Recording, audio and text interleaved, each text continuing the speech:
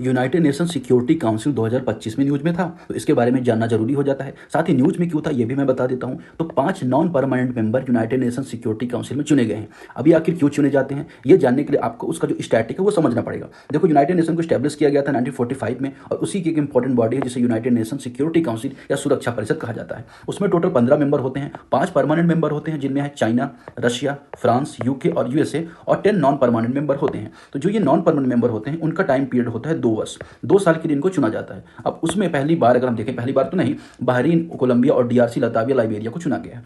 अब अगर आप देखो जो 10 नॉन परमानेंट मेंबर है उसमें 3 अफ्रीकन कंट्रीज से चुने जाते हैं, 2 एशियन कंट्रीज से, 1 ईस्ट अफ्रीकन कंट्रीज से, 2 लैटिन अमेरिका से और 2 वेस्ट यूरोप से। भारत के बारे में अगर बात करें तो भारत को 8 बार इसमें चुना गया है। यूनाइटेड नेशन सिक्योरिटी काउंसिल क्या करती है, तो यूएन के संबंध में जो बाइंडिंग डिसीजन होते हैं उनमें जो डिसीजन मेकिंग बॉडी होती है उसे यूनाइटेड नेशन सिक्योरिटी काउंसिल कहा जाता है। अब इनके पास एक इंपॉर्टेंट पावर होती है जिसे वीटो पावर कहते हैं। मतलब क्या, अगर कोई भी डिसीजन लिया गया और इन 5 कंट्रीज में से किसी एक कंट्री उसमें सहमत नहीं है, उसमें वीटो कर सकती है, फिर उसके बाद वो डिसीजन इंप्लीमेंट नहीं होगा। तो इसी तरह से फैक्ट्स